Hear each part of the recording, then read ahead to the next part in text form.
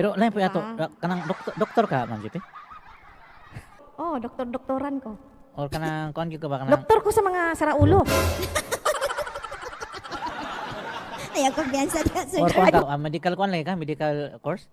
Kuan ko, say kayat baka ng mga kayat-kayatunon gud nga mga.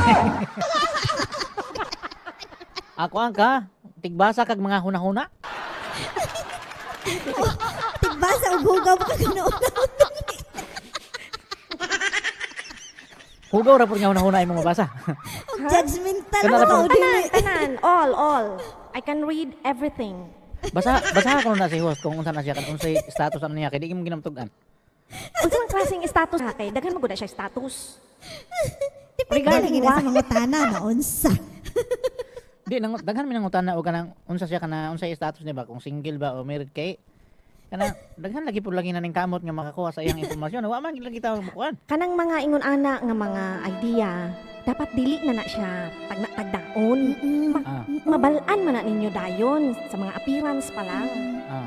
Ah. Ben unsa may imong tag-an niya? Unsa may imong basa niya? Aw, kailangan magbayad man no sa ako Pagbabala. Walay libre. Walay libre. Hindi ako nagpapahula ng libre. Andre, sige.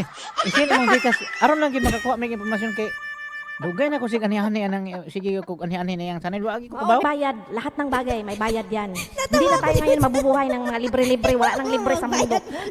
Yes. Lahat ng bagay dapat may bayad yan. Hindi pwede yung mga ganyan.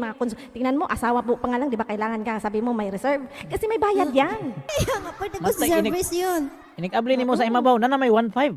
Oh, may bayad na nga lahat. Wala nang libre ngayon. Una nga akong ma-afford gid dito naman lang steel. Kay 150. 150 ka lang pala. Ayun.